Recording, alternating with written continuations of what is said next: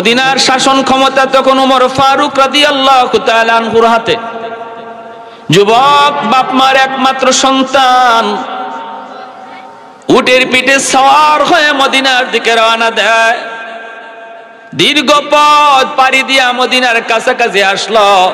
ক্লান্ত হয়ে গেছে যুবক, মনে মনে ভাবতেছে এই খেজুর বাগানে আমি একটু অপেক্ষা করব, বিশ্রাম নিব। গাছের নিচে বিশ্রাম নেওয়ার জন্য যুবক একটু থেমে গেল। উটটারে একটা গাছের সাথে বেঁধে রাখলো, বিশ্রাম নিতেছে যুবক। উটটারে বেঁধে রাখছে গাছের জড়ের সাথে। ঘুমন্ত অবস্থায় উটটা রশি ছিঁড়ে চলে গেল।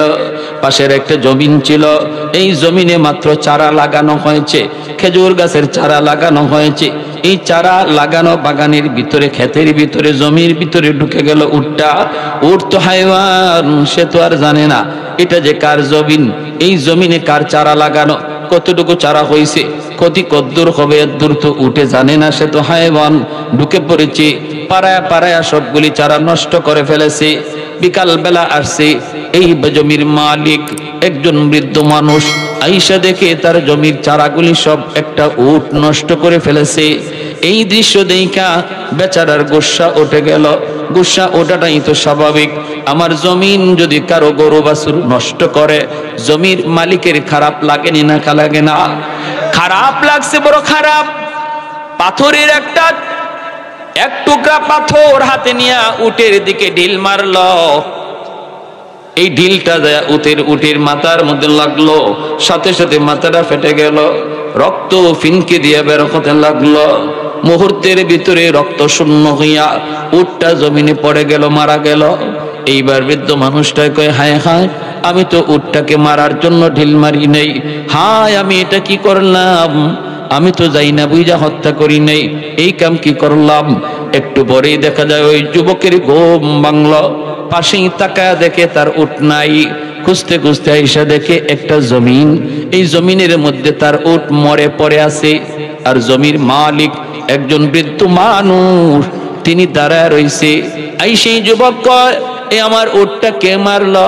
বৃদ্ধ মানুষটা কয়, বাবা রে, ও বাবা, আমি তো বুঝি নাই উটটা যে মরে যাবে, মাত্র আমি চারাগুলি লাগায় গেলাম, কত আশা ছিল আমার, তোমার উটটা আমার সবগুলি চারা নষ্ট করে ফেলেছে। গুসা উঠে গেছে আমার, এক টুকরা পাথর হাতে নিয়ে উটের মাথায় মারলাম। ও বাবা, আমি জানি নাই, বুঝি নাই উটটার মাথা ফেটে রক্ত শূন্য হয়ে মারা যাবে। বাবারে, আমি বহুত বড় ভুল করে ফেলেছি।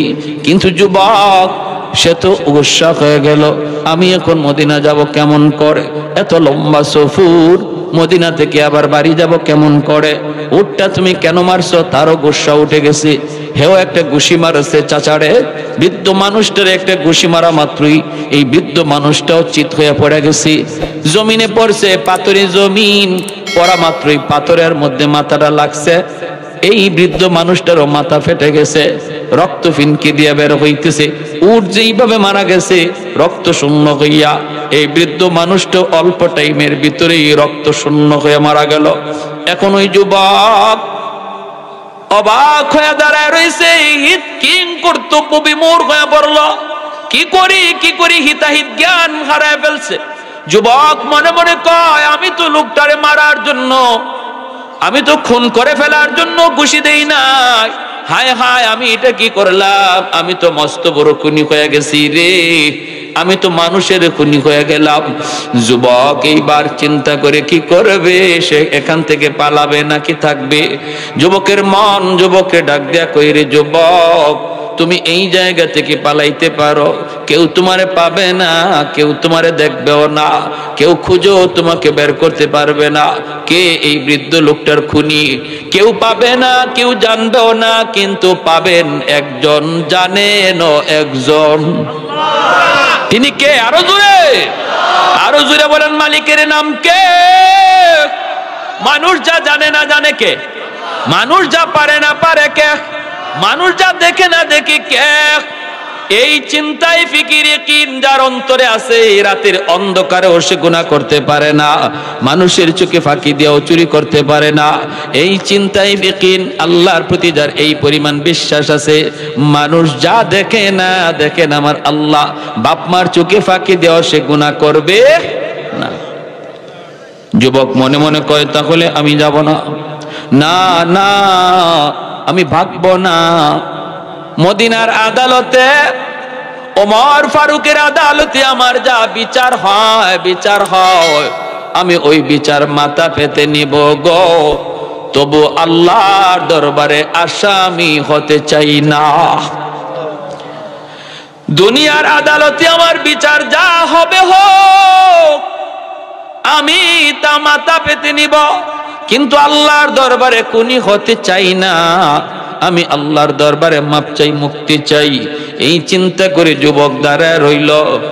একটু পরে, ঘন্টা দুয়েক পরে যখন সন্ধ্যা হয়ে যায়, দুই ছেলে বাবার তালাশে বাগানে আইসা হাজির। বাবা এখনো বাড়ি ফিরে না। দুইজন যুবক বাবার তালাশে বাগানে আইসা হাজির হয়ে দেখে এলাহি কাণ্ড। বাবার লাশ পড়ে আছে, জমির মধ্যে একটা উটের লাশ পড়ে আছে। আবার একজন যুবক পাশেই দাঁড়ায় রইছে। দুই ভাই আয়া বলতেছে, মিয়া তুমি এখানে দাঁড়ানো, আমার আব্বারে কে মারলো? ওই যুবক তখন বলতেছে, ভাইরা রে শোনো, তোমাদের বাবার খুনি হলাম আমি, কিন্তু খুনটা আমি ইচ্ছা কইরা করি নাই, অনিচ্ছায় খুনটা হয়ে গেছে রে ভাই। বিশ্বাস করো, আমার উটটা উনি মেরে ফেলছে। এই গুসায় আমি একটা ঘুষি মারছিলাম, আমি বুঝতে পারি নাই ইনি জমিনে পড়ে যাবে আর পাথরের মধ্যে আঘাত লেগে মাথা ফেটে যাবে। এইভাবে হয়ে গেছে খুন। এ ভাইরা, আমি যদি এই জায়গা থেকে পালায় যাইতাম, তোমরা আমাকে কেউ পাইতা না, ঠিক কিনা? আমাদের বাঙালি হইলে পাওয়া যাইত, খুঁজেই পাওয়া যাইত না, কুত্তা লাগাইও বাইর করা যাইত না, ঠিক না? এমন ডিজিটাল সুর। আমেরিকা একটা সুরের মেশিন বাইর করছে, চুর ধরার মেশিন। লন্ডনেও চুর ধরার মেশিন বাইর করছে। হেরা কম বেশি সবাই মেশিন দিয়ে চুর ধরছে। বাংলাদেশের এই মেশিনটা আইনে গুলিস্তান বসাইছে চুর ধরার জন্য। সারাদিন চলে যায়, একটা চুরও ধরতে পারে না। সন্ধ্যাবেলা দৌড়ায় গেছে এরা মেশিনের দ্বারা। ঘটনা কি? গিয়া দেখে মেশিন চুরি হয়ে গেছে। যে মেশিন আনছিল চুর ধরার জন্য, এই মেশিনই চুরি হয়ে গেছে। হ্যাঁ,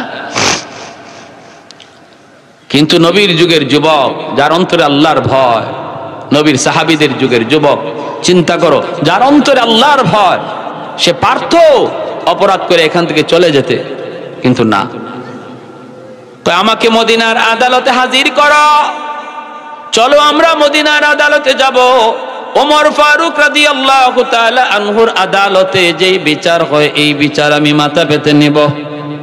হযরত ওমর ফারুক রাদিয়াল্লাহু তাআলা আনহুর কালে ওনার আদালতে হাজির হওয়া হলো। দুই ভাই খনি লইয়া তারা হাজির হয়ে গেল। বাবার লাশটাও নিয়ে হাজির হলো। ওমরের আদালতে বিচার শুরু হয়ে গেল। ওমর তিনি তো কত বড় বিচারক, ন্যায় বিচার যার একমাত্র টার্গেট ছিল, ঠিক না? ওমরের আদালতে বিচার মানে ন্যায় বিচার, ঠিক কিনা? ইসলামী আদালতে বিচার মানে ন্যায় বিচার। আল্লাহর কোরআনের আদালতে বিচার মানে ন্যায় বিচার। ঘুষ খাওয়া চলে না, ফোন করা চলে না। জজ সাহেব, এত নম্বর আসামি আমার শালার ঘরের বাতিজার ঘরের দুলাভাই, আসেনি না?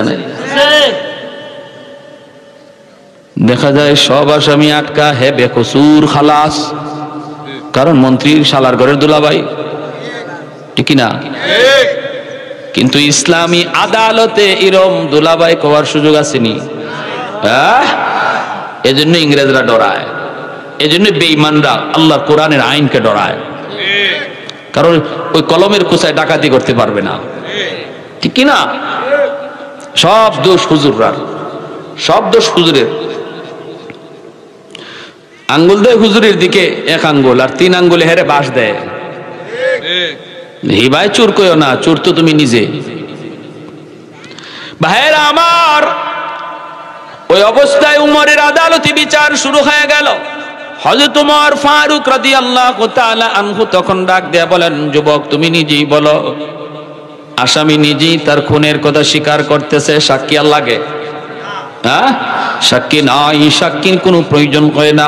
যুবক যদি অস্বীকার করত তাহলে সাক্ষী লাগতো, কিন্তু না না, যুবক বলতেছে আমি যদি অস্বীকার করি তাহলে এখানে সাক্ষীও কেউ নাই, আমার বিপক্ষে সাক্ষী দেওয়ার মতো কেউ নাই। কিন্তু আমিরুল মুমিনিন, আমি জানি আমি আজকের আদালতেও মিথ্যা বলে বাঁচতে পারবো, কিন্তু হাসরে আল্লাহর আদালতে বাঁচা যাবে না। আজকে দুনিয়ার আদালতে মিথ্যা কথা বইলা, মিথ্যা সাক্ষী দিয়া যারা বাঁচতেছো, ভালো করে পিঠে তেল দিয়া রাখো, পিঠে তেল দিয়া রাখো। দুনিয়ার আদালত তো কোনো আদালতই না, দুনিয়ার শাস্তি তো কোনো শাস্তি না। আল্লাহর আদালতে বিচারের জন্য রেডি থাকো। তোমার জীবনের নামাজ, তোমার জীবনের রোজা, তোমার জীবনের হজ, তোমার জীবনের কোটি কোটি টাকা দান সদকা সব জলাঞ্জলি হবে, সব পানিতে ভেসে যাবে যদি একটা মিথ্যা সাক্ষীর কারণে কোন নির্দোষ মানুষকে দোষী বানানো হয়। সাবধান, সাবধান, জীবনের সব আমল বরবাদ। তোমার একটা মিথ্যা কথার কারণে যদি একজন নির্দোষ মানুষ দোষী হয়, ভয় পাও।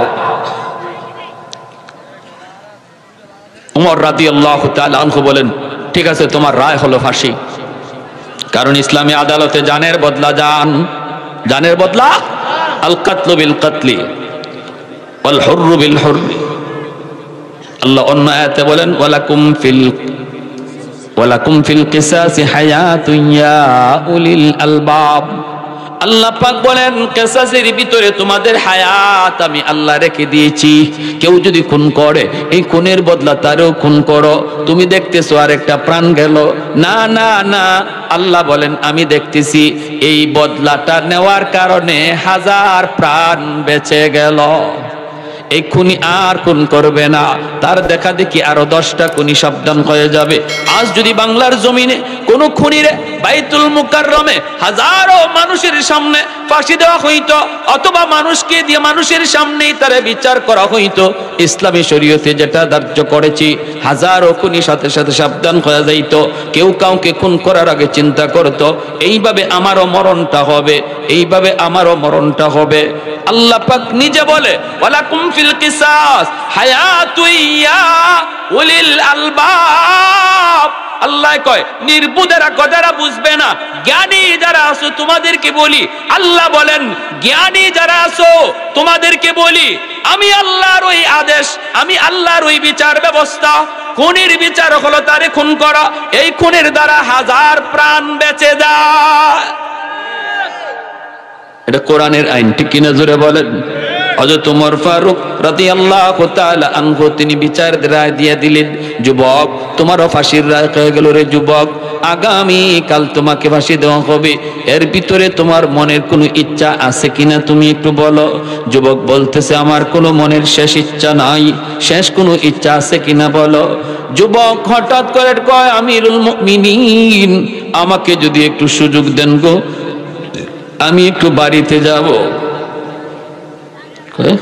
এটা কি কয় শেষ ইচ্ছা বাড়িতে যাওয়া, এটা কেমন কথা, এটা কেউ দিব? কয় বাড়িতে যাব। কেন যাব? কারণ আমার বাড়ির পাশে আছিল একটা বাজার, এই বাজারে একজন ব্যবসায়ী আছিল ইহুদি, ওই ইহুদির দোকান থেকে আমি মাল কিনে আনতাম, কিছু টাকা আমার বাকি রয়ে গেছে, আমি যদি ওই টাকাগুলি ফেরত না দেই তাহলে আমার উপরে তার হক থেকে যাবে, আমার উপরে তার হক থেকে যাবে, আর হাসরের মাঠে জবাব দিতে হবে আমাকে জন্য। সেও দুনিয়াতে মুসলমান জাতি তুই লাগালি দিবে, বলবে মুসলমান জাতটাই খারাপ, ওরা ঋণ পরিশোধ করে না, খরচ পরিশোধ করে না। ওগো আমিরুল মুমিনিন একটু সুযোগ যদি আমাকে দেন, আমি বাড়ি যাব আর ঋণটা পরিশোধ করে দ্রুত চলে আসব। মানুষের ঋণ, মানুষের হক নষ্ট করা কত বড় গুনাহ চিন্তা করেন। আল্লাহ নবী বলে একজন মুজাহিদ জিহাদ কইরা যদি শহীদ হয় সমস্ত প্রশ্ন মাফ হয়ে যায়, আল্লাহ তারে কোনো প্রশ্ন করে না। যে শহীদ হয় নামাজের হিসাব নেওয়া হয় না, রোজার হিসাব নেওয়া হয় না, হজের হিসাব নেওয়া হয় না। কিন্তু নবী বলেন ইল্লাদ্দাইন, কিন্তু যদি দুনিয়াতে কারো হক নষ্ট করে থাকে এই শহীদ, আল্লাহ ওই হকের ব্যাপারে তারে জিজ্ঞেস করবে, কারণ আল্লাহ এই ব্যাপারে তারে মাপ দিবে না। যার হক নষ্ট করেছে তার কাছ থেকেই মামলা ডিসমিস করা লাগবে। এজন্য রে ভাই মনে রাখবা, কারো হক নষ্ট করা এটা এত বড় খতরনাক এক গুনাহ, এটা আল্লাহর আদালতে থাকে ঝুলন্ত। আল্লাহ এই ব্যাপারে ফয়সালা দেয় না। আল্লাহ কয় নামাজ তোর এক ওয়াক্ত কাজা হয়েছে, যা আমি মাফ করে দিলাম। রোজা একটা কাজা হয়েছে, মাফ করে দিলাম। কিন্তু তুই অমুকের হক নষ্ট করেছো, বাপ মার কলিজায় ব্যথা দিছো, বাপ মা তোমার বিরুদ্ধে আমার আদালতে মামলা দিছে। স্ত্রীর কলিজায় তুমি ব্যথা দিছো, স্ত্রী তোমার বিরুদ্ধে আমার আদালতে মামলা দিছে। প্রতিবেশী আরেক মুসলমানে মামলা দিছে, এই মামলা তুমি ডিসমিস করো, তারপরে তুমি তোমার জান্নাতে যাও। তাইরা এজন্যই যুবক বলতেছে, ও আল্লাহর নবীর সাহাবী, একটু সময় যদি দেন আমি দ্রুত বাড়ি যাব, আর যাইয়া ঋণটা পরিশোধ করে দ্রুত চলে আসব। আমিরুল মুমিনিন উমর ফারুক রাদিয়াল্লাহু তাআলা আনহু তিনি বলেন, যুবক কেমন করে তোমাকে আমি বাড়ি দেব রে যুবক, কেমন করে, কোন ভরসায়? ফাঁসির একজন আসামি বাড়িতে গেলে পরে আবার ফেরত আসবে, এর কি গ্যারান্টি আছে? গ্যারান্টি তো নাই, কোনো গ্যারান্টি তো নাই। হ্যাঁ দিতে পারি একটা শর্তে, মদিনায় তোমার যদি কোনো জামিন থাকে, মদিনায় যদি তোমার কোনো আত্মীয় থাকে, বন্ধু বান্ধব থাকে, আর কাউকে জামিন তুমি বানাইতে পারো, তাহলে তোমাকে আমি ছুটি দেব, সুযোগ দেব বাড়িতে যাবার।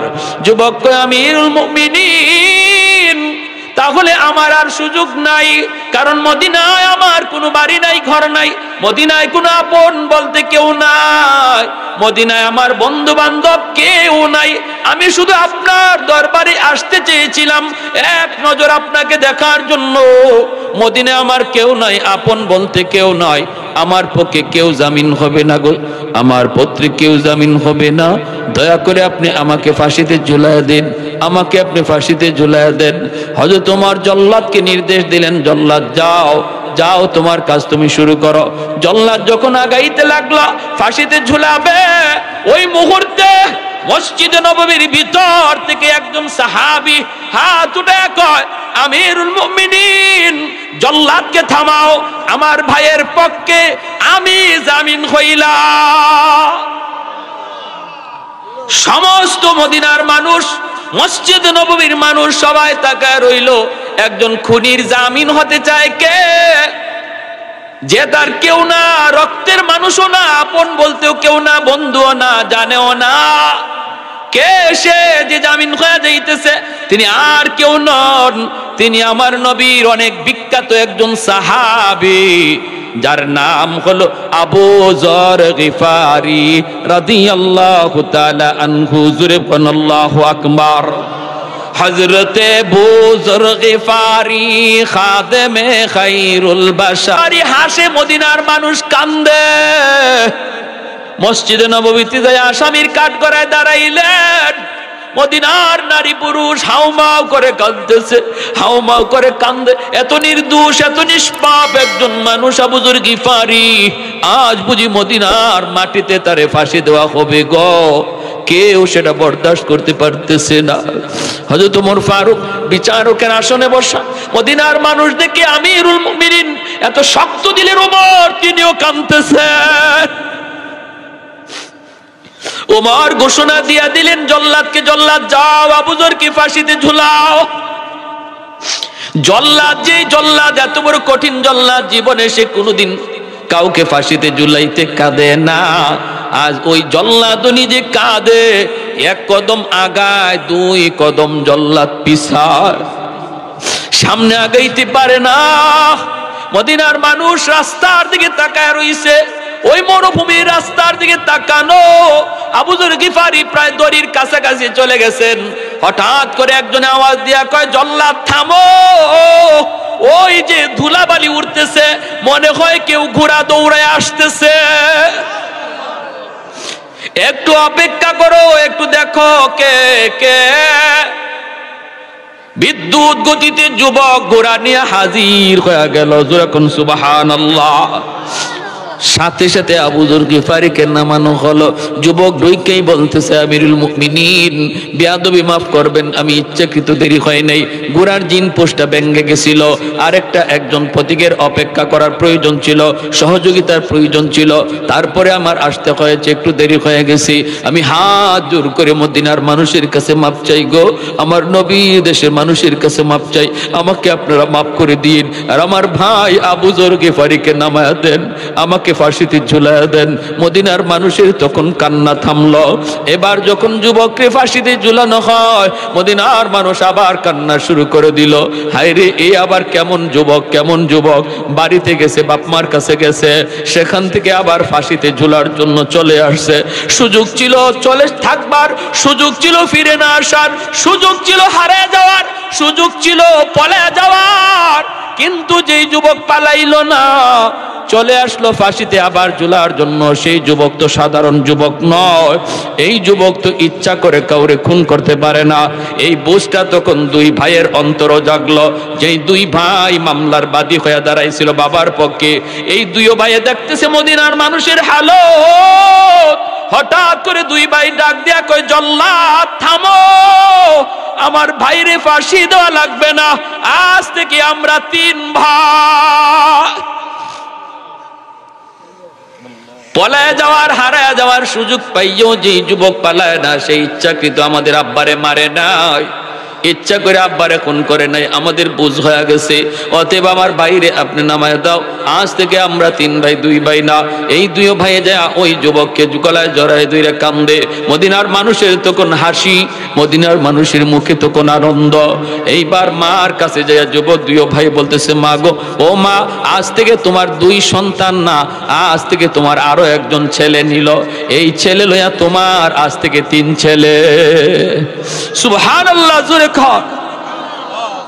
আল্লাহ পাক রব্বুল আলামিন বলেন, মানুষের কাছে তোমার দাম কমে যায় রে বান্দা, মানুষের কাছে তোমার মূল্য কমে যায়, ঘরের ভিতরেও তোমার দাম কমে যায়, তুমিও চুপ হয়ে যাও, কখনো কখনো নিরিবিলি চোখের পানি জড়াও।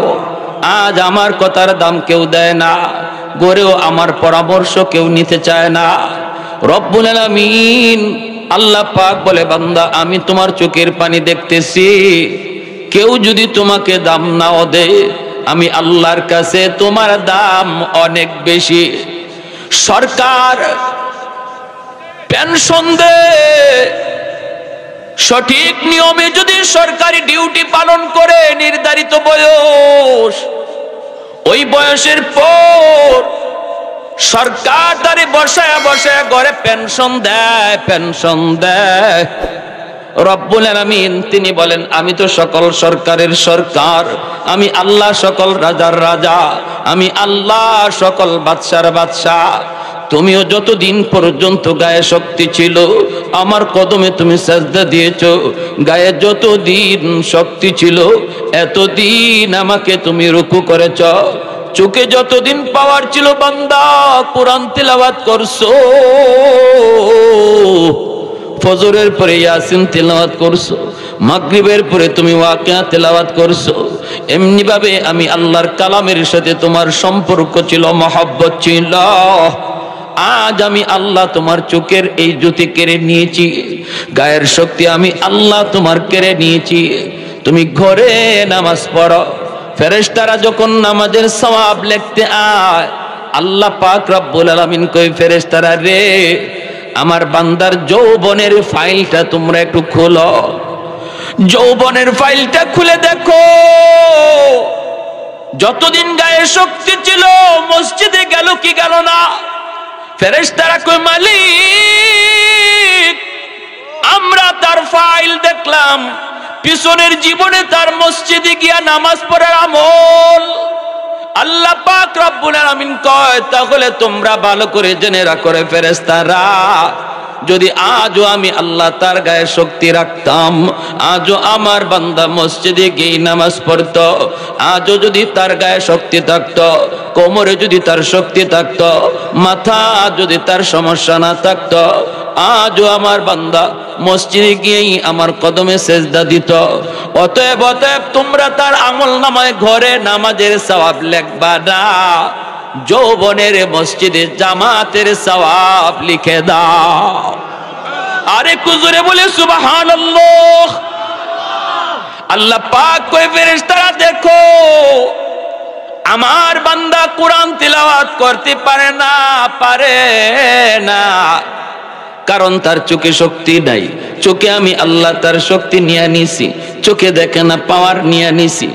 আজও আমি যদি তার চোখে পাওয়ার রাখতাম, আমার বান্দা যৌবনের মতোই সে কোরআন তেলাওয়াত করত। অতীত জীবনের ফাইলটা তোমরা খোলো, কইলা দেখা যাবে ফজরের পর কোরআন তেলাওয়াত, মাগরিবের পরে কোরআন তেলাওয়াত, প্রতিদিন দৈনিক একবার কোরআন তেলাওয়াত।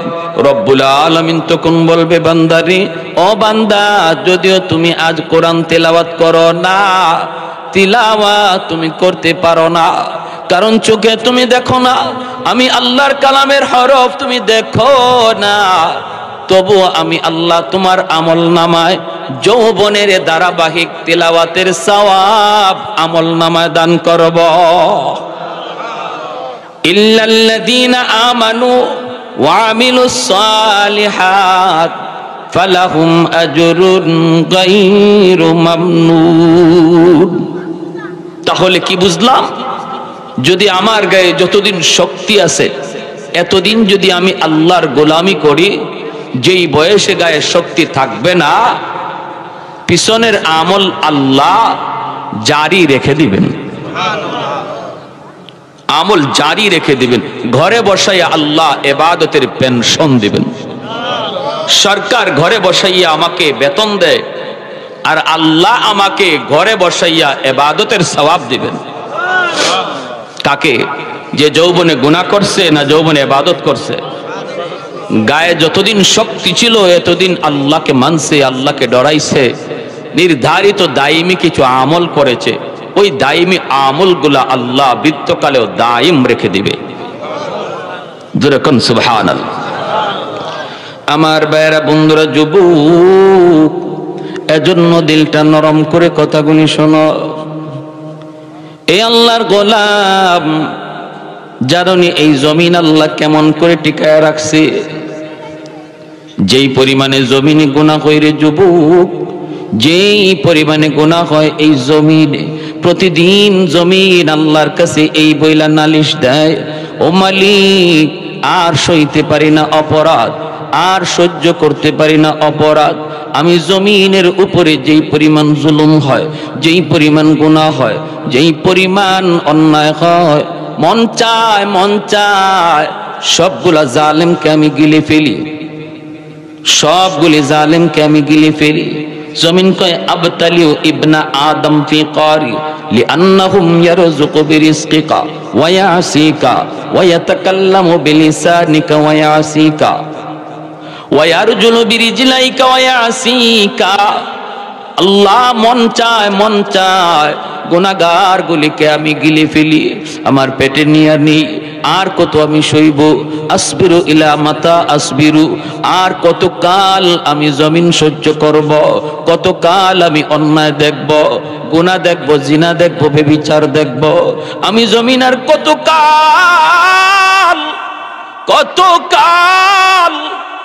আর কতদিন আমি এরকম গুনাহগুলি নিজে দেখব?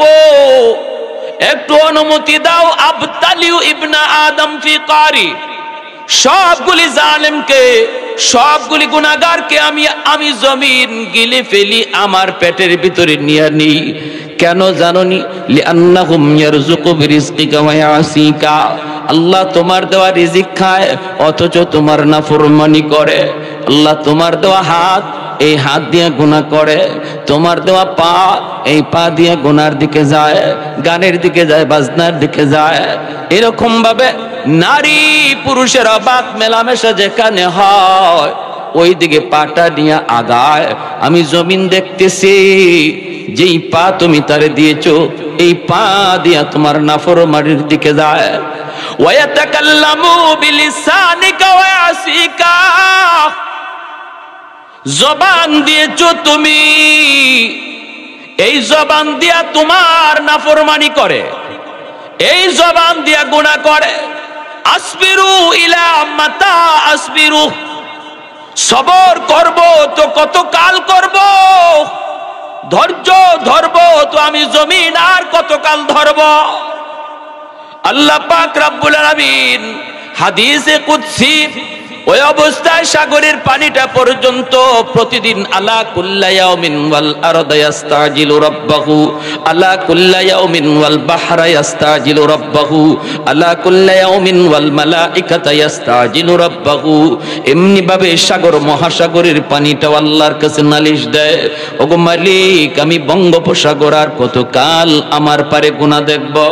ও মালিক সমুদ্র সৈকতে আসে তোমার কুদরত দেখবে, কিন্তু এই কুদরত দেখতে আইসা যে অন্যায় হয়, যেই অপরাধগুলি হয়, আমি সাগর আর কতকাল দেখব। একটু অনুমতি দাও, ভাষায় দেই ভাষায় দেই। জমিন নাপাক করে ফেলেছে গুনাহগার, আমি পানি যায় পাক বানায় দেই, আমি ধুইয়া পরিষ্কার করে দেই। আল্লাহ পাক রব্বুল আলামিন কয় রে জমিন চুপ থাক, এর সাগর মহাসাগর চুপ থাক, এটা আমি আর আমার বান্দার বিষয়। জোরে বলি সুবহানাল্লাহ। এটা আমার আর আমার বান্দার বিষয়। মাঝখানে তোমরা কেউ নাক গলাইতে আসবা না, মাঝখানে কেউ নাক গলাইতে আসবা না। কারণ জানোনি এই জমিনের ভিতরে এখনো 4টা শ্রেণী আছে, এখনো 4 দল জমিনের ভিতরে আছে। এই 4 দল যতদিন পর্যন্ত জমিনে থাকবে ততদিন পর্যন্ত আমি আল্লাহ জমিনে আযাব দিতে পারি না, গজব দিতে পারি না, ধ্বংস করার অনুমতি দিতে পারি না।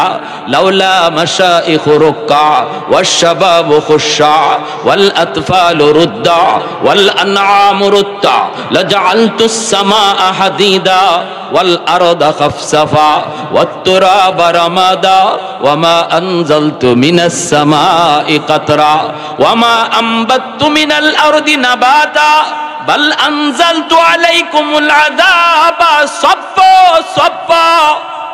আল্লাহ পাক রব্বুল আলামিন কয় এখনো জমিনের ভিতরে প্রথম একদল কিছু বৃদ্ধ বান্দা বান্দি আমার রয়েছে, আমার কিছু বৃদ্ধ বান্দা বান্দি রয়েছে। চুল পেকে গেছে, দাড়ি পেকে গেছে, কোমরে তার ব্যথা, হাঁটুতে তার ব্যথা, ঠিক মতো নামাজ পড়তে পারে না, নামাজে দাঁড়াইলে পরে তার কোমরে ব্যথা শুরু হয়, মসজিদে যাইতে গেলে তার হাঁটুতে ব্যথা হয়, কখন কোথায় জানি পড়ে যায় ভয় ভয়। এরপরও জমিনের ভিতরে আমার কিছু বৃদ্ধ বান্দা বান্দি রয়েছে যারা বৃদ্ধ কালেও কষ্ট করে আমার কদমে সেজদা দেয়। ওই বৃদ্ধ বান্দা বান্দিগুলার সেজদার দিকে তাকাইলে, কষ্ট করে সেজদা দেয়, এই সেজদার দিকে তাকাইলে জমিনের প্রতি আমার মায়া লেগে যায়। ওয়াশ-শাবাবু খুশা। 2 নম্বর হলো এখনো জমিনের ভিতরে কিছু যুবক, এমনও কিছু যুবক রয়েছে যারা যৌবনের পাগলামি করে না। কত যুবক গানের দিকে দৌড়ায়, কত যুবক গুনার দিকে দৌড়ায়, কত যুবক জিনা ব্যভিচারের দিকে দৌড়ায়। আল্লাহ বলে তার ভিতরেও কিছু যুবক এমন আছে যারা গান বাজনার দিকে যায় না, যৌবনের পাগলামি করে না।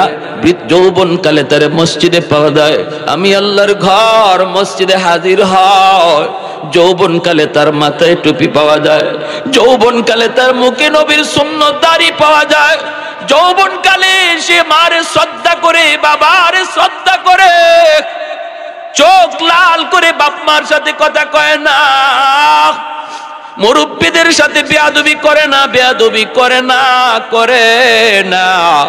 বরং যদি কেউ গান বাজনা করতে চায়, কিছু যুবক এখনো আছে এমন সমাজে, আল্লাহ বলেন ওই যুবকগুলি গান বাজনার বিরোধিতা করে, গান বাজনা হইতে দেয় না, হইতে দেয় না। ওই যুবকগুলি যখন আমার কদমে সেজদা দেয়, আমাকে যখন ভয় পায় মসজিদে হাজির হয়, তার তো এই কালে গুনার দিকে যাওয়ার কথা ছিল, নফস তার গুনার দিকে ডাকে, কিন্তু নিজের নফসরে কন্ট্রোল করে যে মসজিদে হাজির হয়, নফস তার গানের দিকে ডাকে, কিন্তু নফসের লাগাম টেনে যে কোরআনের মাহফিলের দিকে হাজির হয়, ওই যুবকগুলির দিকে তাকাইলে জমিনের প্রতি মায়া লেগে যায়। আল্লাহ কইরে জমিন থাম থাম, কথা বলবি না, কথা বলবি না। এর সাগর মহাসাগর চুপ হয়ে যা, আমার আর আমার বান্দা বান্দির মাঝখানে তোমরা কেউ না গলাবা না। জোরে কোন সুবহানাল্লাহ। সাবাকাত রহমতি আলা গযাবি, সাবাকাত রহমতি আলা গযাবি। আল্লাহ কই সর্বদাই আমি আল্লাহর রহমত আমার গজবের আগে চলে যায়। জোরে কোন সুবহানাল্লাহ। আল্লাহর রহমত গজবের আগে বেড়ে যায় যখনই জমিনের ভিতরে গুনাহ হয়, যখনই জমিনে অন্যায় হয়, যখন জমিনের মধ্যে জুলুম হয়। আল্লাহ পাক রব্বুল আলামিন কয় এই জুলুমের কারণে গুনাহ আসতে চায়, জুলুমের কারণে আযাব আসতে চায়, গুনার কারণে আযাব আসতে চায়, আসমানি আযাব জমিনি আযাব আসতে চায়। কিন্তু আল্লাহ কয় যখনই আযাব রওনা দেয় আমার কোন বান্দা বান্দির উপরে আযাব যায় পড়ার জন্য, তখনই আমার রহমত গজবের আগে চলে যায়। আর সুবহানাল্লাহ। এ আল্লাহর গোলাম, ওই মালিক রে এখনো আমরা বুঝলাম না, চিনলাম না। ফ্যাক্টরির মালিক একদিন, 2 দিন, 3 দিন অন্যায় করলে পরে ফ্যাক্টরি থেকে বের করে দেয়। একদিন, 2 দিন, 3 দিন অন্যায় করলে পরে চাকুরি থেকে নাম কেটে দেয়। এত অন্যায় করার পরও আল্লাহ পাক জমিনকে অনুমতি দেয় না, সাগরকে আল্লাহ অনুমতি দেয় না, এমনি ভাবে ফেরেশতাকে আল্লাহ অনুমতি দেয় না, আকাশকে আল্লাহ অনুমতি দেয় না। এরপরে আল্লাহ পাক রব্বুল আলামিন কয় এরপরে জানুনি জমিনের ভিতরে কিছু শিশু বাচ্চা আছে, ওই শিশু বাচ্চাগুলি এদের উপরে কোনো শরীয়তের বিধিবিধান এখনো চালু হয় নাই, হালাল হারামের বিধান চালু হয় নাই, জায়েজ নাজায়েজের বিধিবিধান বাচ্চাগুলির উপরে চালু হয় নাই। কিন্তু এরপরও জমিনের মধ্যে যখন গজব আসতে চায়, যখনই জমিনে গজব নেমে যায়, তার মার কারণে, তার বাবার কারণে, এবার বড় ভাইয়ের কারণে, সমাজের মানুষের অন্যায় অপরাধের কারণে যখনই জমিনে গজব আসতে চায়, এই গজবের মধ্যে ছোট্ট শিশুগুলো গজবে পড়ে যায়। অথচ এদের কোনো গুনাহ নাই, এদের কোনো অপরাধ নাই, অপরাধ নাই। বাচ্চাগুলি গজবে পড়ে কান্না শুরু করে। ওই শিশু বাচ্চাগুলির কান্নার দিকে তাকাইলেও জমিনের প্রতি আমার মায়া লেগে যায়। এজন্য আল্লাহর গোলাম, ঘরের শিশু বাচ্চাগুলিকে মারামারি করবেন না, সমাজের শিশু বাচ্চাগুলির আপনারা মার দিবেন না, ধমক দিবেন না, গালাগালি করবেন না। না না না, বাচ্চাগুলি তারা অবুঝ নিষ্পাপ, এদের খাতিরে আল্লাহ তোমারে আমারে খাওয়ায়, এদের খাতিরে আল্লাহ এখনো জমিন টিকায় রাখছে, এদের খাতিরে আল্লাহ এখনো জমিনে ফুল দেয়, ফল দেয়, এদের খাতিরে এখনো জমিনে সূর্য উঠে, এখনো সূর্য ডুবে। এজন্য বাচ্চাগুলির আদর করবেন, মায়া করবেন। যেই ঘরে শিশু বাচ্চা আছে, মনে রাখবা আল্লাহর গোলাম, ওই শিশু বাচ্চাটার খাতিরে আল্লাহ ঘরের সমস্ত মানুষের রিজিকের ব্যবস্থা করে।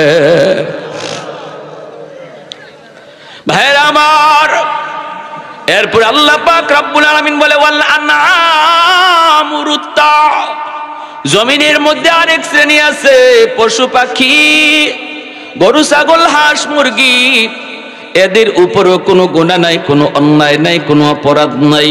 শরীয়তের কোনো বিধিবিধান গরু ছাগলের উপরে নাই, নামাজের বিধান গরু ছাগলের উপরে নাই, রোজার বিধান গরু ছাগল হাঁস মুরগির উপরে নাই। আল্লাহ পাকের পক্ষ থেকে এদের জন্য কোনো জান্নাত জাহান্নাম বানানো হয় নাই। রব্বুল আলামিন কয় যখনই মানুষের গুনার কারণে জমিনে গজব নামতে চায়, এই গজবের ভিতরে গরু ছাগল এরাও শিকার হয়ে যায়, পশু পাখিও গজবের শিকার হয়ে যায়। এই পশু পাখিগুলির কোনো অন্যায় নাই, অপরাধ নাই, তাদের কোনো অপরাধ নাই রে। এই গজবে পইরা এই গরু ছাগলগুলি কষ্ট পায়, এদের দিকে তাকাইল জমিনের প্রতি আমার মায়া লেগে যায়। জোরে বলি সুবহানাল্লাহ। আমি আল্লাহ দেখতেছি, সবই দেখি কি পরিমাণ গুনাহ হইতেছে জমিনে।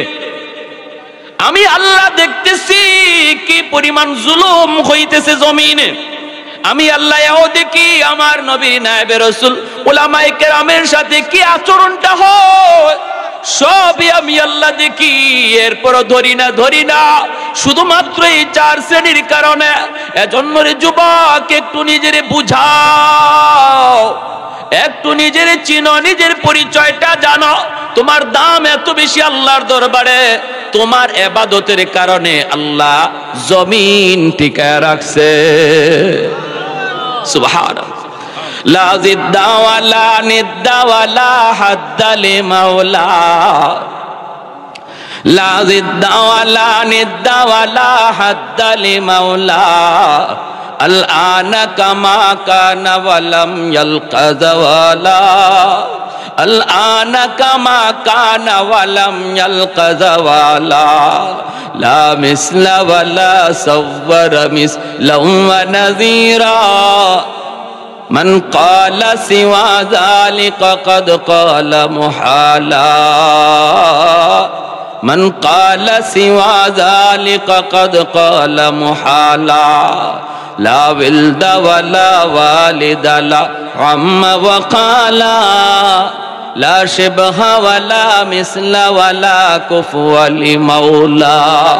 একটু জোরে সোরে কোন আল্লাহু আকবার। জবান খুলে জিকির করি লা ইলাহা ইল্লাল্লাহ, জোরে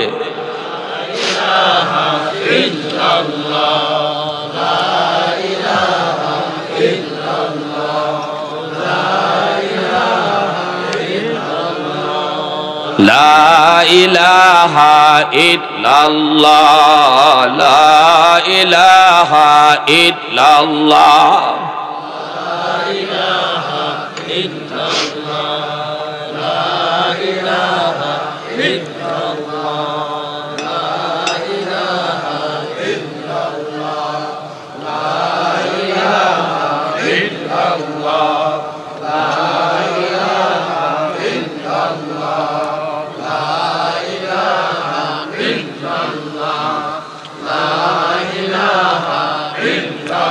লা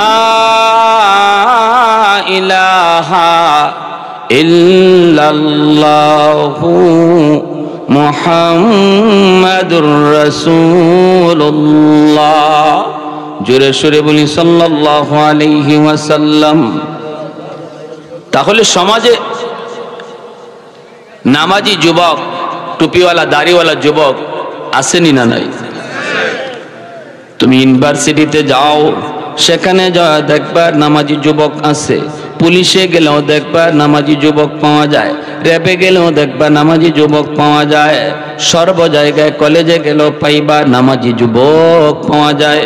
খেলোয়াড়ের ভিতরে খুঁজবা, সেখানেও তুমি নামাজি যুবক তুমি পাইবা। অতএব এমনও কিছু যুবক আছে না নাই, জোরে বলেন।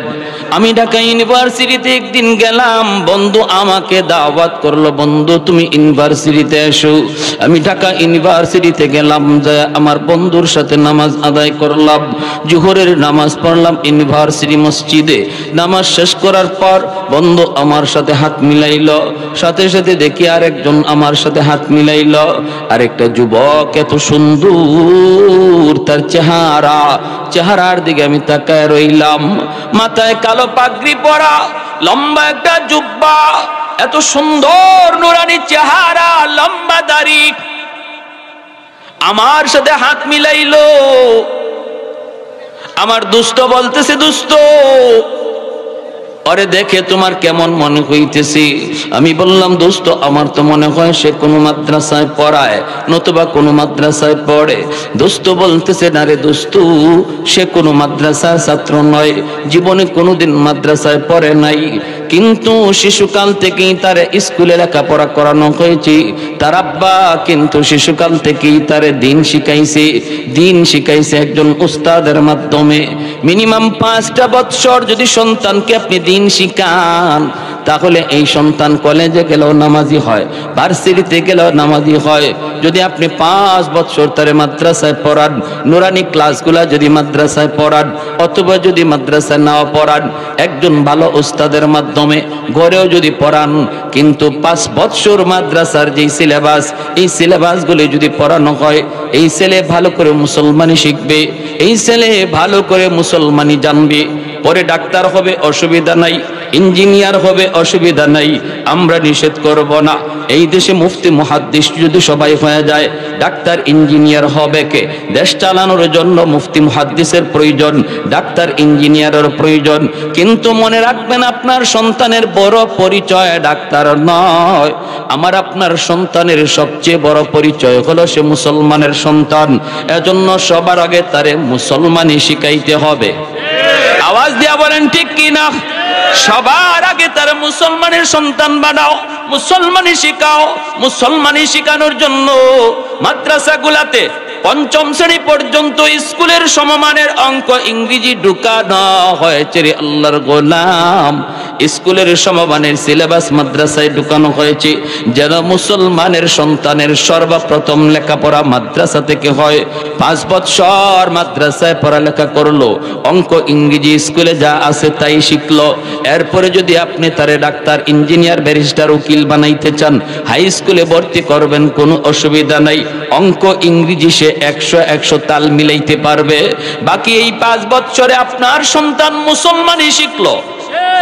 আওয়াজ দিয়া বলেন ঠিক কি না? আপনার আমার জবাবদিহিতা থেকে আল্লাহর দরবারে বাঁচাইলো। কারণ হাসরের ময়দানে যেই বাপ মা সন্তানকে মুসলমানি শিখাবে না, আল্লাহর পরিচয় জানাবে না, আখিরাত চিনাবে না, এই বাপ মার বিরুদ্ধে সন্তান আল্লাহর দরবারে বহুত বড় জটিল মামলা করে বসবি। সন্তান বলবে, রব্বানা আতিহিম দিফাইনি মিনাল আযাব ওয়াল আনহুম লানান কাবীরা। আল্লাহ, আমি ছোট্ট বাবু ছিলাম, আমি বুঝতাম না কোন শিক্ষায় শিক্ষিত হলে তোমাকে চেনা যায়, কোন শিক্ষায় শিক্ষিত হলে তোমাকে পাওয়া যায়, আখিরাত কেমন করে জানা যায়। আল্লাহ, আমি বুঝতাম না, বুঝতেন আমার বাবা, বুঝতেন আমার মা। আজ যদি আমি জাহান্নামী হই, আমার মারে ডাকো, আমার বাবারে ডাকো, আমার মারে ডাকো, বাবারে ডাকো। আমি যে পরিমাণ শাস্তি জাহান্নামে পাবো, আমার বাপ মারে ডাবল শাস্তি দাও। নাউজুবিল্লাহ, জোরে কর। মিনাল আযাব, ডাবল শাস্তি দাও বাপ মারে। সন্তান আল্লাহর দরবারে বাপ মার বিরুদ্ধে মামলা দায়ের করবে রে আমার বাবাজিরা। ও আমার এলাকার মা বোনেরা, একটু খেয়াল করে শোনো গো। যদি সন্তানদের শিশুকালে মুসলমানি না শিখাও, মুসলমানি না শিখাও, এই সন্তান হাসরের ময়দানে আল্লাহর দরবারে মামলা দিবে। দুনিয়ার বহু বাপ মা আল্লাহর কাছে কাঠ গড়ায় আসামি হইয়া দাঁড়াবে শুধু সন্তানের মামলার কারণে। যেই বাপ মার বিরুদ্ধে সন্তানের মামলা আছে, এই মামলা থেকে বাঁচার কোনো পথ নাই। যেই সন্তানের উপরে বাপ মার মামলা আছে, এই সন্তানেরও বাঁচার কোনো উপায় নাই। সন্তানের কাছে বাপ মা মাপ চাইবো হাসরের মাঠে, কিন্তু আল্লাহ পাক মাপ, সন্তান মাপ দিবে না। হাসরের মাঠে আল্লাহ বান্দারে মাপ দিবে, কিন্তু বান্দা কোনো বান্দারে মাপ দিবে না। এজন্যই হকুল ইবাদ এত খতরনাক। মানুষের হক নষ্ট করা এত বড় খতরনাক। সন্তানের হক নষ্ট করা, বাপ মার হক নষ্ট করা, স্ত্রীর হক নষ্ট করা, ভাইয়ের হক নষ্ট করা, প্রতিবেশীর হক নষ্ট করা, কোন মুসলমানের হক নষ্ট করা, তার ইজ্জতের উপরে আঘাত করা, তার ইজ্জত নিয়ে খেলাধুলা করা, জমি নিয়ে কারাকারি করা, এই সমস্ত মামলাগুলি হাসরের মাঠে সবচেয়ে ভয়ঙ্কর, সবচেয়ে জটিল মামলা হবে যুবক। ওই মামলা আল্লাহর আদালতে ঝুলবে, আল্লাহ মাপ দিবে না, আর বান্দাও বান্দারে মাপ দিবে না, এমনকি কলিজার টুকরা সন্তান বাপ মারে মাপ দিবে না। সন্তান চাইবো বাপ মারে বিপদে ফেলে বাঁচতে, বাপ মা চাইবো কলিজার টুকরা সন্তান রে হাসরে মাটি বিপদে ফেলাইয়া, সন্তানের গায়ে দোষ চাপাইয়া বাপ মা বাঁচতে চাইবো, সন্তান চাইবো বাপ মার গায়ে দোষ চাপায়া নিজে বাঁচতে, স্ত্রী চাইবো স্বামীর গায়ে দোষ চাপায়া নিজে বাঁচতে, স্বামী চাইবো স্ত্রীর গায়ে দোষ চাপায়া নিজে বাঁচতে। ইয়াউমা ইয়াফিরুল মারউ মিন আখিহি ওয়া উম্মিহি ওয়া আবিহি ওয়া সাহিবাতিহি ওয়া বানিহি লিকুল্লি ইমরিইম মিনহুম ইয়াউমা ইযিন শাআনুন ইউগনি। আল্লাহ পাক রব্বুল আলামিন কয়, আপন বলতে কেউ হাসরের মাঠে থাকবে না, কেউ থাকবে না। জন্য বলতেছি, সন্তানের হক নষ্ট করবেন না। শিশুকালে সন্তানরে আগে মাদ্রাসায় ভর্তি করেন, চোখ মুজ্জা মাদ্রাসায় ভর্তি করেন, কোনো চিন্তা নাই, কোনো ফিকির নাই, কারো কোনো বুদ্ধি নাই। আমার সন্তানরে আগে মুসলমানি শেখানো লাগবে। মক্তবে 1 ঘন্টা পড়ায় মুসলমানি শেখানো হয় না, 1 ঘন্টা মক্তবে পড়াইলে মুসলমানি শিক্ষা করা হয় না। কোরআনটাই তো সহি শুদ্ধ করে শিখতে পারে না, মুসলমানি শিখবে কেমন করে? কারণ 1 ঘন্টা হুজুর 200-250 ছাত্ররে কখন পড়া দিবে, কখন পড়া নিবে, এটা আমরা বাপমা যারা আমরাও খুব ভালো করে বুঝি যে 1 ঘন্টা 200-250 ছাত্ররে একজন হুজুর বা 2জন হুজুর কি পড়া দিবে আর কি নিবে। বাচ্চারা এই 1 ঘন্টা তো শুধু মারামারি, কিলাকিলি আর ঘুষাঘুষি করতেই যায়। বহু মাও আছে এমন, ভালো করে জানে, বাবাও জানে, বাচ্চা ঘরে দুষ্টামি করে, মা মনে করতেছে আমার রান্না বান্না ঘরের কাম করতে অসুবিধা হয়, মক্তবে পাঠিয়ে দে, কিলাকিলি ঘুষাঘুষি যা আছে সব মক্তবে যে করুক, ঠিক না? এজন্য ভাইরা একটু মনোযোগ দিয়ে খেয়াল করে শুনেন, যদি আপনি আপনার জিম্মাদারি আদায় করতে চান, যদি সন্তানের হক আপনি আদায় করতে চান, তাহলে আমি বলবো পাশের মাদ্রাসায় তালাশ করুন। মাদ্রাসায় যায় আপনি হুজুরকে বলুন, হুজুর আমার বাচ্চাটারে আমি পড়াবো জেনারেল লাইনে, কিন্তু আমার সন্তানের জীবনের লেখাপড়া শুরু করাইতে চাই আমি মাদ্রাসা থেকেই। এই ছেলে যদি 5 বছর মাদ্রাসায় পড়ে, এরপরে যদি কলেজে যায় বেনামাজি হবে না, ভার্সিটিতে গেলেও বেনামাজি হবে না, নাস্তিকদের দলে গেলেও ইসলামের বিরুদ্ধে কথা বলবে না, বাংলা বিভাগে লেখাপড়াও যদি করে, যেখানে চতুর্দিকে নাস্তিকের ভিড়, সেখানেও আপনার ছেলে নাস্তিক হবে না, বরং ইসলামের সৈনিক হবে, সৈনিক হবে আল্লাহর, সৈনিক হবে রাসূলের, সৈনিক হবে ইসলামের। কারণ শিশুকালে তার দিলের ভিতরে আপনি ইসলাম পাথরে খোদাই করে লিখে দিয়েছেন। আল্লাহর নাম, রাসূলের নাম, কোরআনের মহব্বত কলিজার ভিতরে আপনি ঢুকায় দিচ্ছেন। শিশুকালে সন্তানের দিল দিমাগের ভিতরে যা লেখা হয়, মরণ পর্যন্ত তা আসর করে। কারণ শিশুকালে বাচ্চাদের দিল দিমাগ হলো কাদামাটির মতো, কাদামাটিতে যা খুশি লেখা যায়, মাটি যদি শক্ত হয়ে যায় আর লেখা যায় না, ঠিক না? এজন্য শিশুকালে বাচ্চাদের দিকে ভালোভাবে নজর রাখতে হবে রে আমার বাবাদিরা। শিশুকালটাতে আপনি মাদ্রাসায় ভর্তি করুন, এরপরে আপনি তারা স্কুলে দিতে চান দেন। আর যদি আপনি নিয়ত করেন একজন কোরআনের হাফেজের বাবা হবেন, আলেমের বাপ মা হবেন, তাহলে নূরুন আলা নূর। আমাদের আব্বা আম্মা আমাদেরকে মাদ্রাসায় পড়ায় লস হইছে, কি কোন আপনারা? হ্যাঁ, আমার ভাই ইমিডিয়েট ছোট ভাই, আপন ভাই, আইন মন্ত্রণালয়ের উপসচিব, রানিং সচিব, কিন্তু এরপরও তো এত মানুষে চিনেও না, এত মানুষের দোয়াও করে না। আমারে যে পরিমাণ মানুষে চিনে আল্লাহর রহমতে, আর তারা আমার জন্য যে দোয়া করে আমিও দোয়া করি। আমাদের সিলেট এলাকার ছোট নাই, বড় নাই, পুরুষ নাই, মহিলা নাই, সবাই এক বাক্যে চেনে। তো সচিব হয়েছে আমার ভাই, কিন্তু আমার আব্বার সুনাম আমার ওই ভাইয়ের চেয়ে আমার দ্বারা বেশি হয়। নাসিরউদ্দিন আনসারী সাহেবের আব্বা যায়, এভাবে কয়। সচিব সাহেবের আব্বা যায়, কেউ কয় না, কই যে আনসারী সাহেবের আব্বা যায়। আপনার কি মন চায় না এমন বাবা হইতে? চায় না বাবা? এমন মন চায় না মাগো, এমন একটা মা হইতে তোমার কি মন চায় না? এজন্য নিয়ত করো, আমি চলে যাব কিন্তু সন্তান রেখে যাব।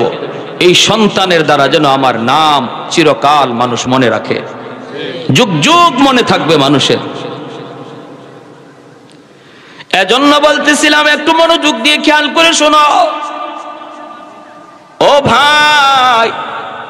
আমার ভাইয়েরা বন্ধুরা জন্য বলতেছি রে যুবক, যৌবন কালটারে আল্লাহর কাছে বড় দামি মনে করো, বড় দামি। এই যৌবন কালটা আল্লাহর কাছে বড় দাম। যৌবন কালের একজন যুবকের কাহিনী মায়ার নবী তার হাদিস শরীফে বলছেন। কি বলছেন?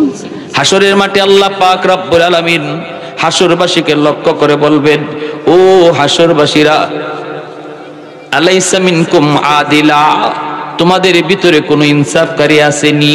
ইনসাফের সাথে জবাব দিবা।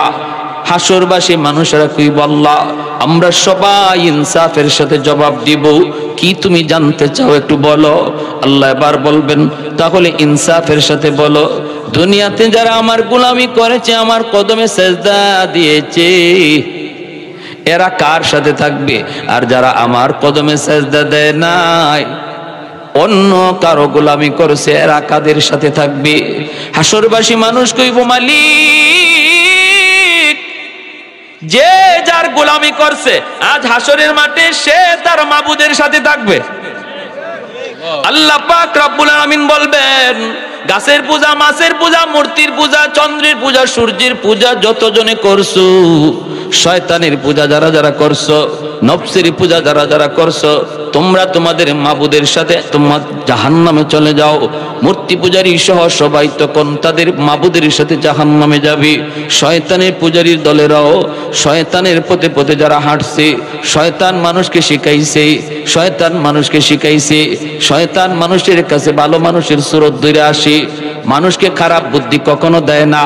সন্তান যখন, শয়তান যখন বুদ্ধি দেয় তখন ভালো বুদ্ধি দেয়, ভালো বুদ্ধি দেয় উদ্দেশ্য খারাপ থাকে, ঠিক কিনা? ঠিক কিনা?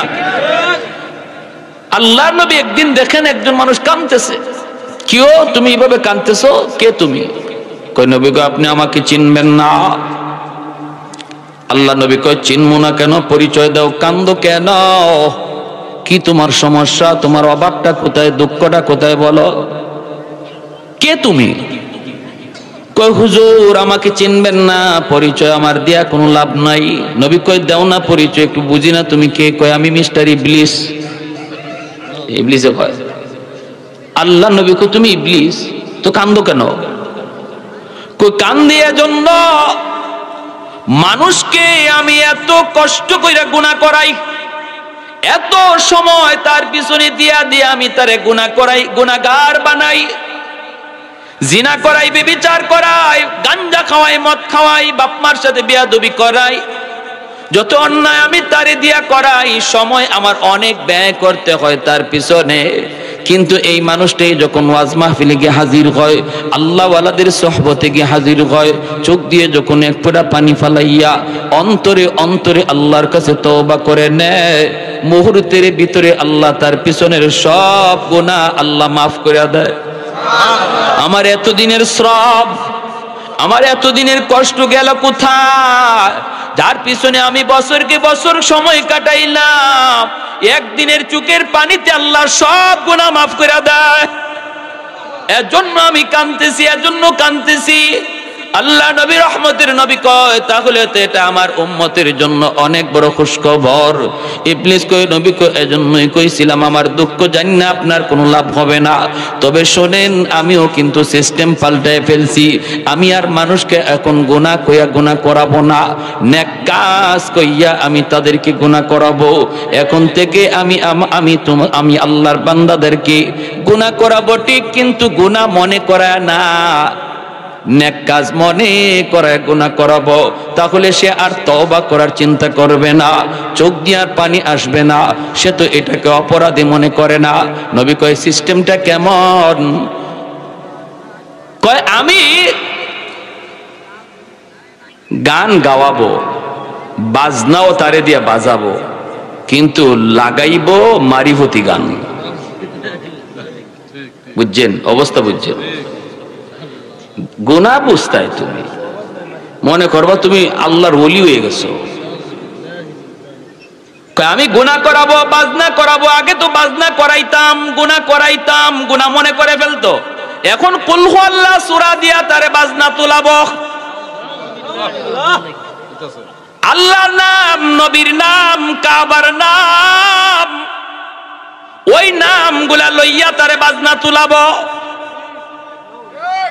মারিফতের কথা বইলা মারিফতের কথা বইলা বইলা তারে গান তুলাবো, বাজনা তুলাবো, আর তারে দিয়া বুঝাবো বিভিন্ন আয়াত, বিভিন্ন কথা তার মাথায় যুক্তি দিয়ে দিয়া, ভণ্ড যুক্তি দিয়ে দিয়ে আমি তারে দলিল দেওয়াবো, গান বাজনা ভালো, নাচানাচি করা ভালো। এগুলাও তারে কোরআনের হাদিসের ভণ্ড ভণ্ড মিথ্যা মিথ্যা কিছু দলিল আদিল্লা দিয়েও তারে অন্তরের মধ্যে গাড়াইয়া দিমু। মানুষ যদি আয় তখন সে কইব গান বাজনা হালাল, গান বাজনা হালাল, বাজনা বাজানো হালাল। বিভিন্ন ভাবে তারে আমি এইরকম পুক্তা করে নিব। অতএব সে বুঝবো না গুনাহ করে, বরং সে মনে করবে এই পথ দিয়ে সে আল্লাহকে পাবে। এই অবস্থায় যদি আমি তারে মরণ পর্যন্ত নেই, হুজুরদের কথায় কাম হবে না, মৌলবীদের কথায় তারে কোনো কাম হবে না, ওলি আল্লাহদের কথায় তার কোনো কাম হবে না, কারণ সে বেশি বুঝে। আমি বুঝাইয়া দিছি, আমি তার অন্তরে ঢুকাইয়া দিছি, তুমি অনেক বুঝো, তুমি যেই পথ ধরছো এই পথটাই ঠিক। এইভাবে আমি তারে দিয়ে গুনাহ করাবো, যাতে করে আর জীবনে তার তওবা করার চিন্তা অন্তরে না জাগে, চোখ দিয়া পানি জড়ানোর চিন্তা না জাগে। কারণ যখনই বান্দা জেনে ফেলে সে অন্যায় করেছে, অপরাধ করেছে, চোখ দিয়ে যদি পানি আয় তাহলে তো তওবা কবুল হয়ে যায়। আমি এমন সিস্টেমে গুনাহ করাবো, তওবা করবে না, তওবা ছাড়া কবরে যাবে। ভাইরা বন্ধুরা, এইভাবে আল্লাহ পাক রব্বুল আলামিন বলেন, তাহলে যেই সমস্ত মানুষগুলি ওইরকম শয়তানের তালে পইরা শয়তানি করছো, আজ শয়তানের সাথে তোমরা জাহান্নামে যাও, নফসের সাথে তোমরা জাহান্নামে যাও, সবাই জাহান্নামে চলে যাবে। একদল মানুষ দাঁড়ায় থাকবে, আল্লাহ পাক নিজের পরিচয় দিবেন না। আল্লাহ বলবেন, তোমরা কেন এখানে দাঁড়ায় আছো? তোমরা তোমাদের মাবুদের সাথে যাও না কেন? এই মানুষগুলি কইব, মালিক, দুনিয়াতে আমাদের একজন মাবুদ ছিল, আমরা আমাদের মাবুদকে কোনোদিন দেখি নাই, মাবুদকে আমরা কোনোদিন দেখি নাই, তার কুদরতি কদমে সেজদা দিয়েছি। আজ যদি আমরা আমাদের মাবুদকে না পাই, আমরা কার সাথে কোথায় যাব? আল্লাহ পাক রব্বুল আলামিন তখন বলবে, তোমরা কি তোমাদের মাবুদরে দেখলে চিনবা? ওই মানুষগুলি কইব, মালিক, আমরা আমাদের মালিককে দেখলে চিনব। আল্লাহ পাক রব্বুল আলামিন তখন বলবে, দুনিয়াতে তো কোনোদিন দেখো নাই, তাহলে চিনবা কেমন করে? তখন বলবে, আমরা আমাদের নবীর মুখে শুনেছি, আমাদের আল্লাহ নিরাকার, লা শাবিহা লাহু ওয়া লা নাযীরা লা, তার কোনো নজির নাই, তার কোনো সাদৃশ্য নাই। তিনি কুল হুয়াল্লাহু আহাদ, তিনি একক, আল্লাহুস সামাদ, তিনি সমাদ। তিনি কারো কাছে চান না, কিন্তু তার কাছে সবাই চায়। তিনি সন্তান জন্ম দেন না, তিনি কারো সন্তান নয়। এইভাবে যখন আল্লাহর সামনে পরিচয় তুলে ধরবে, তখন আল্লাহ পাক নিজের পরিচয় দিয়ে দিবে।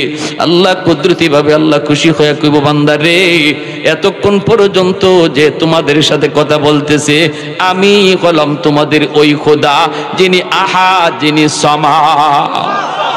আরে কুজুরা বলি আল্লাহু আকবার। সবগুলি মানুষ আল্লাহর কুদরতি পায়ে তখন সেজদায় পড়ে যাবে। আল্লাহ তার কুদরতি পা মোবারক আল্লাহ পাক যখন দেখায় দিব, সবাই আল্লাহর কদমে সেজদায় পড়ে যাবে রে যুবক। কিন্তু একদল যুবক আল্লাহর কদমে সেজদা দিতে পারবে না, দাঁড়ায় থাকবে, চেষ্টা করবে সেজদা দেওয়ার জন্য, কিন্তু পারবে না, পিঠ তাদের বাঁকা হয় না। বন্ধু আল্লাহর সেজদা দেয়, পাশের বাড়ির বন্ধু আল্লাহর সেজদা দেয়, পাশের দোকানদার আল্লাহর সেজদা দেয়, কিন্তু সে আল্লাহকে সেজদা দিতে পারতেছে না, পিঠ তার বাঁকা হয় না। চেষ্টা করে সেজদা দেওয়ার জন্য চেষ্টা করে, কিন্তু তার সেজদা দিতে পারে না, পিঠ তার বাঁকা হয় না।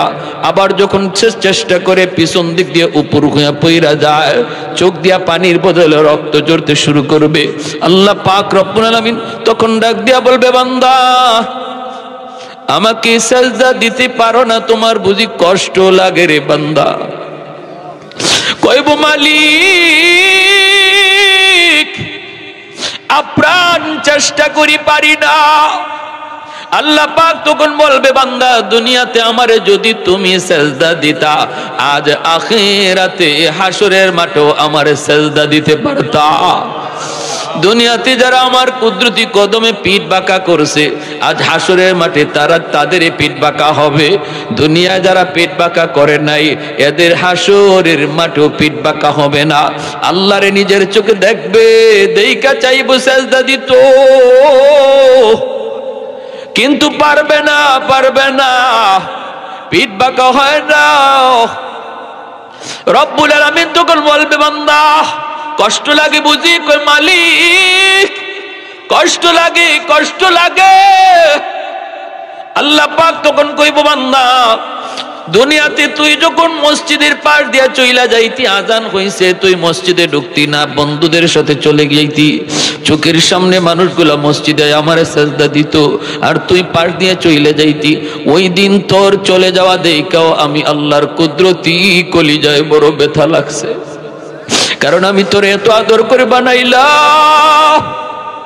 সব কিছু আমি আল্লাহ কোন ফায়াকুন বইলা বানাইছি। আসমান বানাইলাম কোন ফায়াকুন বইলা, জমিন বানাইলাম কোন ফায়াকুন বইলা, ফেরেশতা বানাইলাম কোন ফায়াকুন বইলা, কিন্তু তোমাকে আমি কোন ফায়াকুন বইলা বানাই নাই। তোমাকে বানাইছি খালাকতু বিয়াদাইয়া, আমার কুদরতি হাত দিয়া। বান্দারে কেন বানাইছি? কারণ এই চেহারার মধ্যে এত দামি কপাল, এই কপাল কোন ফায়াকুন বললে হয় না, ফেরেশতাদের হাতে বানাইলেও হয় না। এই কপালটা আমি আল্লাহ নিজের হাতে বানাইছি, কারণ বান্দা এই কপাল দিয়া আমার কদমে সেজদা দিবে। এত আদর করে তোমারে বানাইলাম, এত আদর করে তোমারে নিজের হাতে বানাইলাম। এই মানুষ যখন আমি আল্লাহর ঘর মসজিদে না ঢুইকা পাশ দিয়া চইলা যায়, তার কলিজায় ব্যথা লাগছে। বান্দা আমি পারতাম তোর পাটা তখন ভাঙ্গা দিতে, এ ফেরেশতারা ওর পাটা ভাঙ্গা দে, ওর ঘাড় মটকা দে, ওর শারকটা চিরা দে। আমি আল্লাহ চাইলে পারতাম কিন্তু করি নাই, করি নাই, কারণ আমার কুদরতি কলিজায় তোর প্রতি আশা ছিল ফজর তুই পড়ো না, জোহর তুমি পড়বা। বান্দা জোহরও যখন তুমি মসজিদে আসলা না, তখনও আমি তোমার পা ভাঙ্গার নির্দেশ দেই না, রিজিক বন্ধ করার নির্দেশও দেই না। ফেরেশতারা দুপুরের খাবার নিয়ে হাজির হবে কি হবে না, আমার কাছে অনুমতি চায় মালিক। ও তো জোহরের নামাজ পড়ে নাই, ওর রিজিক তার সামনে দিব কিনা। আল্লাহ তখন কয় ফেরেশতারা আমার বান্দার রিজিক বন্ধ করবে না, হয়তো আসরের সময় মসজিদে আসবে। এইভাবে এইভাবে মায়া কইরা কইরা কইরা কইরা দুনিয়ার ওই আচরণটাও আমার কুদরতি কলিজায় খুব ব্যথা দিছে বান্দা। আজ হাসরের মাঠে কান্না কইরা কোনো লাভ নাই রে যুবক, হাসরের মাঠে কান্না কইরা লাভ নাই। রব্বুল আলামিন তখন বলবেন খুযুহু ফাগুল্লুহু সুম্মাল জাহিমা সাল্লু সুম্মা ফি সিলসিলাতিন যারউহা ৭০ যিরাআন ফাসলুকু। আল্লাহ পাক রব্বুল আলামিন তখন বলবে ওরে ধরো, ৭০ গজ জিঞ্জির দিয়ে ওরে বাঁধো, তারপরে জাহান্নামে নিক্ষেপ করো, তারপরে জাহান্নামে নিক্ষেপ করো, এরপরে জাহান্নামে ফেলে দেওয়া হবে। এজন্য বলতেছি যুবক, যৌবনটারে তুমি পাগলামি করে কাটাও না। যত অলি হইছেন যৌবনে হইছেন, তোমারও অলি হওয়ার টাইম যাইতেছে, অলি হওয়ার টাইমটা চইলা যাইতেছে। যুবক, একটা বারের জন্য তুমি মনটারে বুঝাও। তুমি মনে করতেছো বৃদ্ধ বয়সে তুমি নামাজ ধরবা, তোমার মতো কত যুবক যৌবনে কবরে চলে গেল, তোমার মতো কত যুবক লেখাপড়ার সাথী কবরে চলে গেল, খেলাধুলার সাথে কবরে চলে গেল। তারও মনের ভিতরে আশা ছিল নামাজ ধরবো, গুনাহগুলি ছেড়ে দিব, কিন্তু জীবনে আর সুযোগ পায় নাই, নামাজ ধরার সুযোগ আর পায় নাই। আজরাইলের সাথে সাক্ষাৎ হয়ে গেছে রে যুবক। এজন্য বলি এখনই টাইম, এখনই টাইম তোমার তওবা করার। যদি তুমি আসার সময় গুনাহগার থাকো আর এই কথাগুলি শুই না, তুমি অন্তর দিয়া শুধু নিয়ত করো মালিক যা করছি করছি আর সামনে করবো না, আগামী কাল থেকে আমি পাক্কা নামাজি। দিলে দিলে যদি এই নিয়তটা করো আল্লাহর গোলাম, আল্লাহ পাক রব্বুল আলামিন মুহূর্তের ভিতরে তোমার নাম অলির খাতায় লিখে দিবে। কোন মুফতি সাহেবের কাছে যাওয়া লাগবে না, ইমাম সাহেবের কাছে যাওয়া লাগবে না, চেয়ারম্যানের কাছে যাওয়া লাগবে না, এমপির কাছে গিয়া গুনার কথা বলা লাগবে না, কারো কাছে তওবার জন্য যাওয়া লাগবে না। এই জায়গায় বইসা দিলটা নরম কইরে যদি তুমি কথাটা মনে মনে কো, আল্লাহ ও আল্লাহ বহুত বড় ভুল করে ফেলেছি, ওই দিন না আমার বন্ধু অ্যাক্সিডেন্টে মারা গেল, ওই দিন না বন্ধুরে কবরে রাখলাম, ওই দিন না ওই এলাকার লেখাপড়ার সাথীরে কবরে রাখলাম, জানি না কোন দিন আমারও মৃত্যুর ডাক আসে, আল্লাহ আমি আর বেনামাজি থাকবো না। নিয়তটা করা মাত্রই আল্লাহ পিছনের সব গুনাহ আল্লাহ মুইসা মুহূর্তের ভিতরে নাম ওলির খাতায় লিখে দিবে। আত-তাইবু মিনাদ যামবি কামান লা যামবা লাহ। আল্লাহর নবী কয় তওবাকারী তওবা আল্লাহ এমন ভাবে কবুল করে, তার আমলনামায় যে গুনাহ আসিল এর কোনো নিশানা রাখে না। আমলনামায় যে গুনাহ আসিল এর কোনো নিশানাই আল্লাহ রাখে না।